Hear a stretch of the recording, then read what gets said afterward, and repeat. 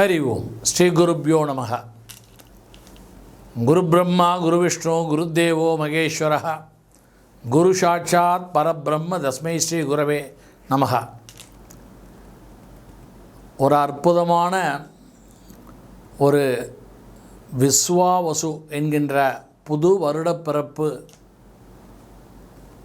இந்த விஸ்வாவசு அப்படிங்கிற வருடம்ங்கிறது இந்த 60 வருடங்களிலே இந்த வருஷம் வெகு விசேஷமான வருஷம். இந்த பேரே பார்த்தேன்னா நாமகரணமே பார்த்தா விஸ்வாவசு என்கிற பெயர்.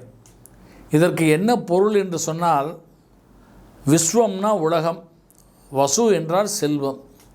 அப்போ இந்த உலகத்தில் உள்ள செல்வங்களை எல்லாம், இந்த பிரம்மாண்டத்தில் உள்ள செல்வங்களை எல்லாம் வாரி வழங்கக்கூடிய ஒரு வருடம் இந்த விஸ்வாவசு என்கின்ற வருடம். இதுதான் அதனுடைய பொருள்.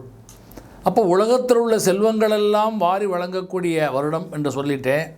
இப்போ செல்வம்னா எது செல்வம் அப்படின்னு சொல்லும் பொழுது, இப்போ ஒருத்தருக்கு குழந்தை இல்லைன்னு சொன்னால் குழந்தை செல்வம், ஒருத்தருக்கு வீடு இல்லைன்னு சொன்னால் மனை செல்வம். இந்த 16 செல்வங்கள், 16 பேர்கள், 16 செல்வங்கள்லாம் சொல்கிறான் இல்லையா? இந்த மாதிரி ஒரு 16 வகையான செல்வங்கள். அது மட்டும் இல்லாமல் ஞானங்கிற ஒரு செல்வம்தான். இது ஞானிகளுக்கு இந்த விஸ்வாவச வருடங்கிறது ரொம்ப விசேஷமான வருஷம்.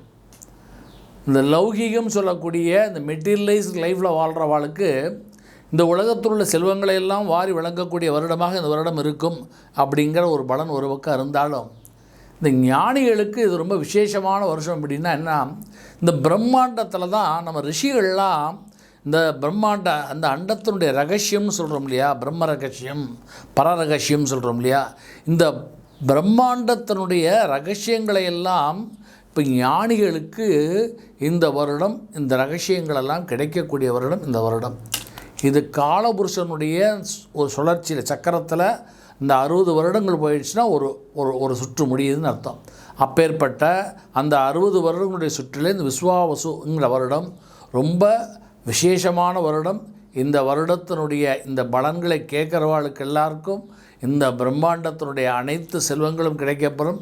அதுவும் ஞானிகளுக்கு இந்த உலகத்தில் இந்த பிரம்மாண்டத்தினுடைய பர ரகசியங்கள் எல்லாம் தானாக ஒரு இன்ட்யூஷன் சொல்கிறோம் இல்லையா, அந்த அடிப்படையில் கிடைக்கக்கூடிய ஒரு அற்புதமான வருடம் இந்த விஸ்வாவசு வருடம்.